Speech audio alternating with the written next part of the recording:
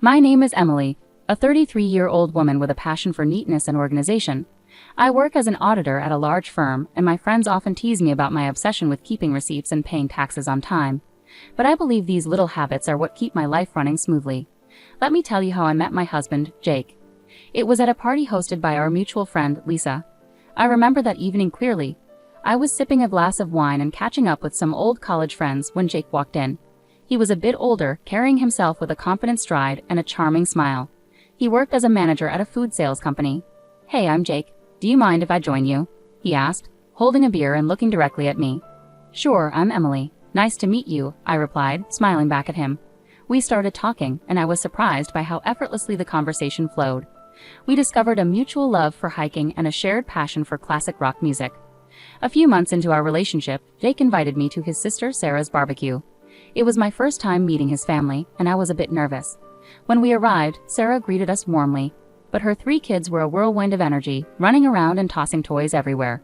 "Hey Sarah, this is Emily," Jake said, introducing me. "Nice to meet you, Emily. These are my little rascals, Mike, Tom, and Lily," Sarah said, barely holding on to Tom as he wriggled out of her grasp. "Nice to meet you all," I replied, trying to hide my unease. As the evening went on, the kids became wilder, climbing on furniture, throwing food, and yelling at the top of their lungs. I glanced at Jake, hoping he'd say something, but he just smiled and shrugged. "Aren't they just full of energy?" he said, chuckling. I forced a smile. "Yeah, they sure are." As our relationship progressed, Jake and I started discussing the future. He proposed to me during a hike on a beautiful hill overlooking the valley. It was simple and sweet, just the way I liked it. Our wedding was lovely, aside from one little hiccup: Sarah's kids. They were at it again, running around, making a mess, and being loud. Sarah didn't seem to care, and Jake found it amusing. "Look at them. They're having so much fun," Jake said, laughing as he watched them spill drinks and toss food around. "Yeah, but they're also making a huge mess," I replied, trying to keep my irritation in check. "Oh, come on, Em, they're just kids. Let them enjoy," he said, shrugging it off. I didn't want to spoil our special day by arguing, so I let it go, hoping things would improve once we settled into our new life together. After we got married, Jake and I decided to buy a house together. We had been living in a rented apartment, but we wanted a place to call our own. I was really excited about this new chapter in our lives. One evening after work, Jake and I sat down to discuss our finances and how we'd manage the expenses for our new home.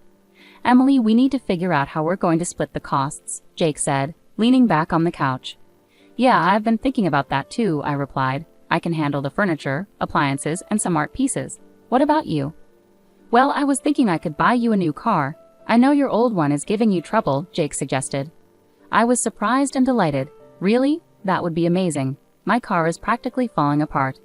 "Yeah, I've seen it struggle. It's time you had something reliable," he said with a smile. We started house hunting right away. After a few weeks of searching, we found a beautiful house that we both loved. It was a bit pricey, but we decided it was worth it.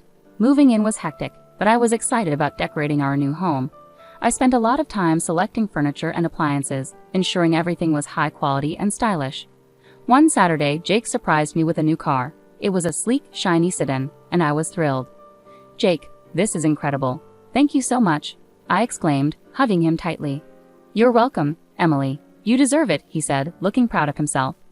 As we settled into our new home, everything seemed to be going well. We both enjoyed our jobs and loved coming back to our cozy house. But as time passed, little things started to bother me. Jake's laid-back attitude, which I once found charming, began to get on my nerves, especially when it came to household chores. "Jake, can you help me with the dishes tonight?" I asked one evening after dinner. "Em, I had a long day at work. Can't we just leave them for tomorrow?" he replied, giving me pleading eyes. "Jake, we can't keep putting things off. I'm tired too, but we need to keep this place clean," I insisted. "Fine, I'll do it," he said, sighing heavily as he got up from the couch. A few months into our marriage, I started worrying because I couldn't get pregnant. It was really stressing me out. I went to the doctor, and he told me to be patient, that it would happen when the time was right. Still, it was hard not to worry. Meanwhile, Jake's sister Sarah, with her 3 kids, was visiting a lot. Sarah lived in a neighboring state, but you'd think she lived next door with how often she was around. Every time she came over, she'd unload all her problems with her husband on me. It was nonstop. During dinner, while we were trying to relax, she'd be at it, talking about her issues. "Emily, you won't believe what John did this time," Sarah would start, rolling her eyes. Sarah, can we talk about something else for once? I'd ask, trying to steer the conversation away from her marital drama. Oh, come on, Emily, I need to vent. You're the only one who understands, she'd reply, not getting the hint at all. And her kids? They were a nightmare. As soon as they stepped into our house, it was like a circus. They'd run around, fight with each other, throw food, and just be loud. After a long week at work, all I wanted was some peace and quiet, but that was impossible with those kids around. Guys, can you calm down, please? I'd say, trying to keep my cool as they tore through the living room. Why are you always so uptight, Emily? Sarah would snap at me whenever I tried to get her kids to behave. They're making a mess, Sarah. I just cleaned the house, I'd respond, feeling my patience wearing thin. Well, maybe if you had your own kids, you'd understand, she shot back one day, her words hitting me like a punch in the gut. I was stunned by how insensitive she was, especially knowing how much I was struggling with getting pregnant. It felt like a slap in the face, and I couldn't believe Jake didn't say anything to defend me. Jake, are you going to let her talk to me like that? I asked, my voice shaking with anger and hurt. Emily, calm down. You're making a big deal out of nothing, he said, siding with her again. A big deal out of nothing? She just insulted me in my own home, I shouted, feeling the tears well up. I was so done. I couldn't keep living like this, constantly disrespected in my own home, with my husband always taking his sister's side. It was clear to me that something had to change, and soon.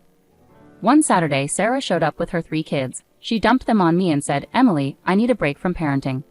I'm going shopping. I couldn't help but chuckle when she said, parenting. The woman barely knew what that meant. Every time she's here, it's like a zoo. Fine, Sarah, but you better be quick, I said, already feeling the stress coming on.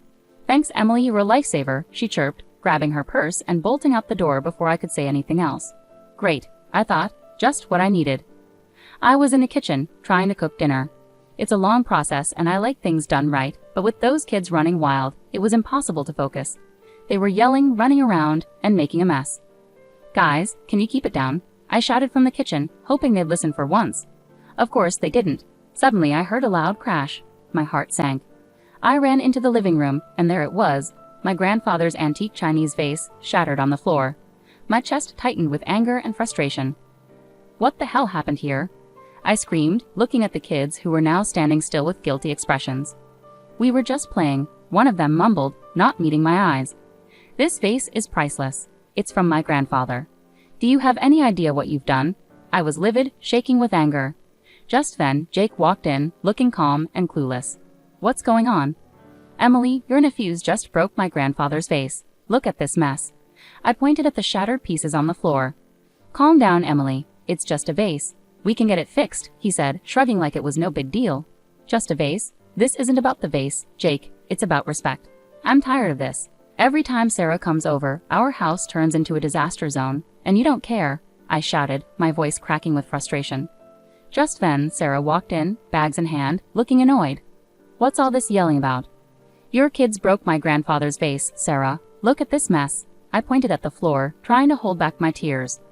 Well, maybe you should have kept a better eye on them, Emily, she said, not even bothering to apologize. Are you kidding me? They're your kids, Sarah. I shouldn't have to watch them. I was furious, my hands shaking with anger. Jake just shook his head, looking annoyed. You're overreacting, Emily. Just drop it. Overreacting? I've had enough of this. I'm tired of being treated like I don't matter in my own home, I screamed, the tears finally spilling over. Jake just stood there, silent and cold, while Sarah smirked like she had won some sort of victory. I couldn't take it anymore. I stormed out of the room, feeling a mix of anger, hurt, and betrayal. We'd been dealing with Sarah and her kids' chaotic visits for months, but I had no idea what was coming next. One morning, Jake was sitting at the kitchen table, munching on his toast when he casually dropped a bombshell on me. Emily, I need to tell you something. Sarah's getting divorced, and she's moving in with us with the kids for a few months. He said like he was just telling me the weather. I almost dropped my coffee. What? Are you serious? Our house is already a madhouse when they visit for a day. How are we supposed to handle them living here for months? She's my sister, Emily. She needs our help. You need to be more understanding, he said, looking at me like I was the one being unreasonable. Understanding? I've been more than understanding, Jake, but this is too much. Why can't we rent a place for her nearby? I'll even pay for the first month's rent, I suggested, trying to keep my cool. No, she'll be better off here. Plus, you can help with the kids and keep things clean, he said like it was the most obvious thing in the world. I'm not a babysitter, Jake. I work too and I need to relax when I get home, I said, my frustration boiling over. Stop being so selfish, Emily. It's family. They need us, he said, his tone getting sharper. I'm not being selfish, Jake. I'm just asking for a reasonable solution. I'm not going to let my life be turned upside down, I said, feeling my anger bubbling up. Well, they're coming tomorrow evening, so you better get used to the idea, he said, standing up and heading out of the kitchen. I couldn't believe it. I felt completely blindsided and betrayed. The next morning, I woke up early, still fuming from our argument. I got dressed for work and went to grab my car keys, but they were nowhere to be found. When I called Jake, he picked up the phone, sounding way too calm for my liking. I took the car. It's mine, remember? I'm giving it to Sarah so she can use it for the kids. I was stunned into silence for a moment. You're giving my car to Sarah? Are you serious right now? It's not your car, Emily. I paid for it, and she needs it more than you do, he said, his tone matter of fact. That's the last straw, Jake. You've taken everything from me, and I'm done, I said, my voice shaking with anger. What are you talking about? Don't be dramatic, Emily, he said, clearly not getting it. I stood there in the hallway, holding my phone, unable to believe what was happening. It felt like a nightmare I couldn't wake up from. How had things gotten so bad? I picked up the phone and called a moving company. Hi, I need a team to move some furniture and appliances today. It's urgent.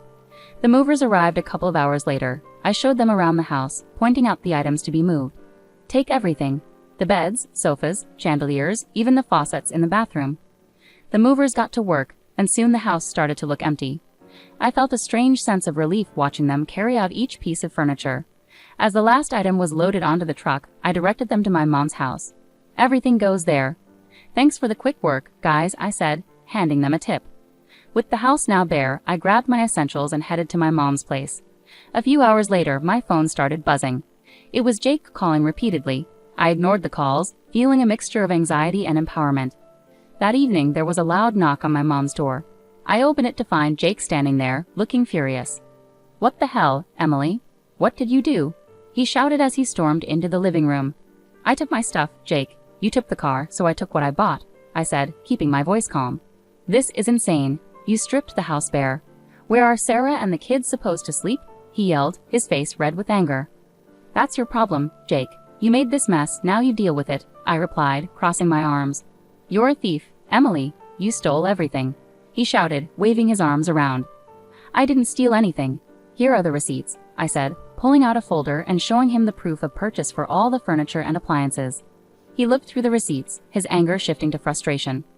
Fine, Emily, if this is how you want to play it. I'll file for divorce, Jake said. I took a deep breath and handed him a stack of papers. Already done. Here are the divorce papers. Sign them, and we're done. He stared at the papers, his face pale. You're really serious about this, aren't you?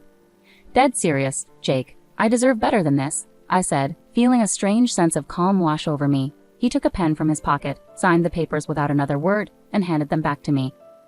Fine, Emily, have it your way. I watched as he turned and walked out of my mom's house, the door slamming behind him. I stood there for a moment, feeling a mixture of relief and sadness. It was over, and I knew it was the right decision. That night, I sat down with my mom and talked about everything that had happened. She was supportive and agreed that I had made the right choice. Emily, you've been through a lot. It's time you focused on yourself and your happiness, she said, giving me a comforting hug. Thanks, Mom. I just need some time to figure things out, I replied, feeling a weight lifted off my shoulders. Over the next few days, I started to settle into a new routine. I began organizing my new space at my mom's house and planning my next steps. It was a fresh start, and for the first time in a long time, I felt hopeful about the future. I knew the road ahead wouldn't be easy, but I was ready to face it head-on. I had reclaimed my life, and there was no turning back. After divorcing Jake, we sold our house and split the money. I decided it was time to really set up my new place. My mom's house was great for a bit, but I needed my own space. One afternoon, I was sitting in the kitchen with my mom, scrolling through listings on my laptop. Mom, I think I found a place that looks perfect. It's a small apartment downtown, close to work, I said, showing her the pictures. She looked over my shoulder and smiled. That looks nice, Emily. Have you called the realtor yet? Not yet, but I'm going to do that right now, I said, feeling a bit excited. I dialed the number and waited for the realtor to pick up. After a few rings, a friendly voice answered. Hello, this is Mark. How can I help you? Hi, Mark. My name is Emily. I'm interested in the apartment you have listed downtown. Is it still available? I asked, crossing my fingers. Yes, it's still available. Would you like to schedule a viewing? he replied, sounding hopeful. Absolutely. How about tomorrow afternoon? I suggested, trying to sound calm. That works for me. I'll see you at 3:00 p.m., Mark said before we ended the call. The next day I headed downtown to meet Mark and check out the apartment. When I arrived, he was waiting outside the building, a friendly smile on his face. Hi Emily, nice to meet you. Let me show you around, he said, shaking my hand. The apartment was small but cozy, just what I needed. It had a nice kitchen, a spacious living room, and a small balcony with a decent view of the city. This place is perfect, Mark. I'll take it, I said, feeling a sense of relief. After signing the mortgage agreement and getting the keys, I started planning my move. I wanted to make this new space my own, a fresh start. I spent the next few days packing up my things at my mom's house and arranging for movers to help me with the big stuff.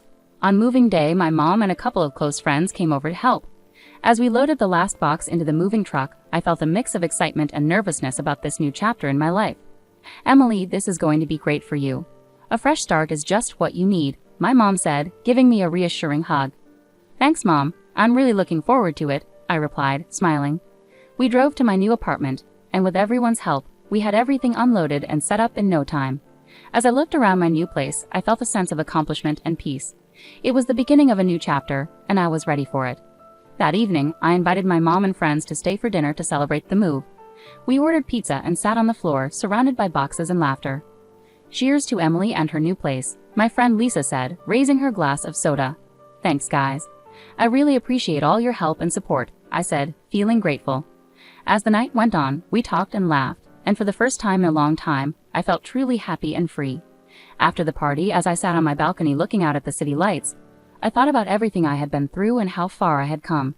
I was proud of myself for taking control of my life and making the changes I needed. I heard from some mutual friends that Jake used his share of the money to buy a small apartment. Now he's living there with Sarah and her 3 kids. Jake's working 2 jobs to keep up with the bills, while Sarah still isn't working. They're fighting all the time. One day, out of the blue, Jake called me. I was surprised to see his name pop up on my phone, but I decided to answer, curious about what he had to say. Hello, Jake. What's up? I answered, trying to keep my voice neutral. Emily, please just hear me out, he started, sounding desperate. I know I messed up. I'm so sorry for everything. I didn't realize how hard it was for you with Sarah's kids. I couldn't help but laugh a little. Really, Jake? You're realizing this now, after all this time? Yeah, I know it's late, but I'm serious. I've been thinking a lot, and I miss you. I miss us. Can we start over? I'm ready to move into your apartment and make things right, he said, his voice almost pleading. I chuckled, shaking my head in disbelief. Jake, you've got to be kidding me. You think you can just waltz back into my life like nothing happened? Emily, I'm serious. I'll do whatever it takes. I'll even take on more work to make it up to you, he said, sounding more desperate. Jake, I've moved on. I'm happy now. I'm not looking to go back to that mess, I replied firmly. Come on, Emily. We can make it work this time. I've changed, he insisted. I sighed, feeling a mix of pity and irritation. Jake, it's over. You need to focus on your life and your family. I'm not interested in going back to that chaos. Emily, please, I'm begging you, he said, his voice breaking. Jake, no. I found peace without you. I'm not giving that up, I said, standing my ground. Take care, Jake. I hope you find your way. I hung up the phone, feeling a strange mix of relief and closure. It was clear that Jake was struggling, but I couldn't let his problems drag me back into a situation I had worked so hard to escape. Later that day, I met up with Lisa for coffee and told her about the call. You won't believe who called me today, I said, rolling my eyes. Who? Lisa asked, raising an eyebrow. Jake. He actually begged me to take him back and let him move into my apartment, I said, shaking my head. Lisa laughed, almost spitting out her coffee. Are you serious? What did you say? I told him no, of course. I'm not going back to that mess, I replied, smiling. We spent the rest of the afternoon chatting and laughing, and I realized how far I had come. I had built a new life for myself, one that was peaceful and fulfilling. I wasn't going to let anyone take that away from me. As I walked home, I felt a deep sense of satisfaction and peace. I had finally closed the chapter on that part of my life, and I was ready to move forward with confidence and joy.